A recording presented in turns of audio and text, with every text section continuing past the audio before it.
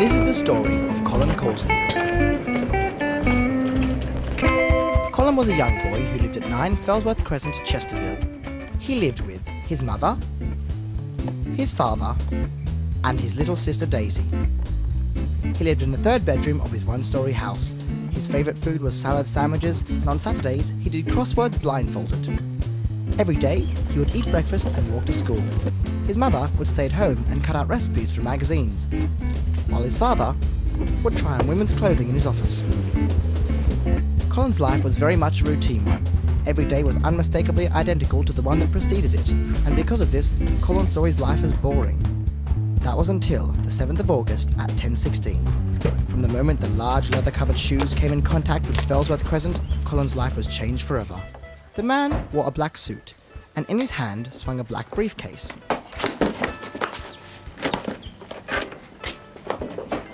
Colin knew he must be his new neighbour. His mother suggested that he went across the road to help the man unpack. As he crossed the road, he felt an almost unsettling sense of déjà vu. Hello, mister. My name's Colin. I'm from across the road and I'm here to help you unpack. Well, hello, young man. My name's Mr. C, but my friends call me Spaniel. Why do they call you Spaniel? Have you ever heard of a... While Mr. C began to explain the meaning behind the nickname Spaniel, Colin unpacked the car. He noticed something glistening in the corner of his eye. It was the most fantastic pocket watch he'd ever seen. He asked Mr. C where he got it, and he said that someone had given it to him when he was about Colin's age. Then he noticed a letter at Mr. C's floor. It was addressed to Colin Corsley, 3 Fellsworth Crescent. He realised someone must have addressed the letter wrong, and so he took it. When he returned home, his father walked out the door. I have something I thought you'd like, son. At first, when Colin saw the pocket watch, he thought nothing of it. It wasn't until his father had gone inside that he studied it and his epiphany began. He saw it was the exact same pocket watch Mr. C's father had given to him when he was 16. It matched perfectly. The engravings, the chain, and the big scratch across the side. He looked at the letter and then opened it. It was addressed to Colin Corsley, 3 Fellsworth Crescent. A real estate agent was welcoming to his new home. Then it hit him. The man who had moved in across the street was in fact himself, 10 years in the future. Colin stood. His mind raced, his eyes wide open, his jaw swung open like a drawbridge. He soon realised that this was a window into the future. He could see exactly how every decision he made would turn out. Later, he met his art professor, Mrs. Harrison, and was offered a scholarship to North Lawrence University of Arts. He would have loved nothing more than to accept the scholarship, but decided to follow in the path of his parents' choosing, chemistry.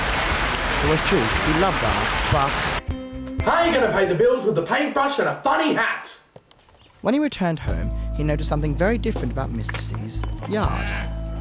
There was burnt furniture, alcohol bottles, rubbish, and a dead hooker.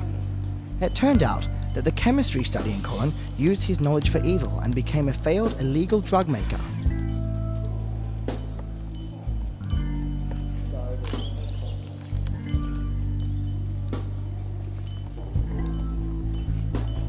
He quickly found Mrs. Harrison and accepted the scholarship faster than he could say, "I didn't kill her. She was dead when I picked her up." Later on, he ran into Fanny Fink.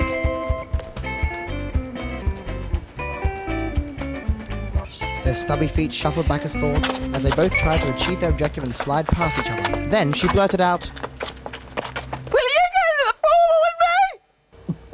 I'll think about it. If you do take me, afterwards you can do whatever you want with me. After a quick spew, Colin returned home. He didn't know what to do. On one hand, he could take Fanny to the formal and make a little beauty queen's dream come true.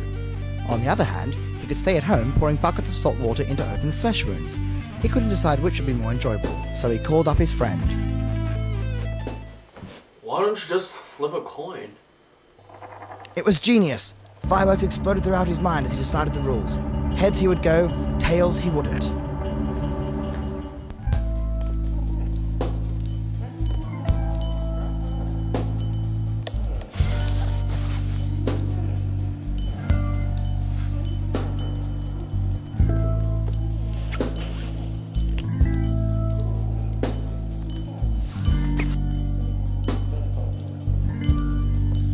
The answer was simpler than Helen Keller. Unfortunately, like all great heroes, Colin began to get as cocky as a chicken farm. He thought he was invincible, but he wasn't. You better slow down on those calories, Colin. Have you seen our neighbour lately? You wouldn't want to end up like him in 10 years. But he didn't listen until he caught his next glimpse of Mr. C.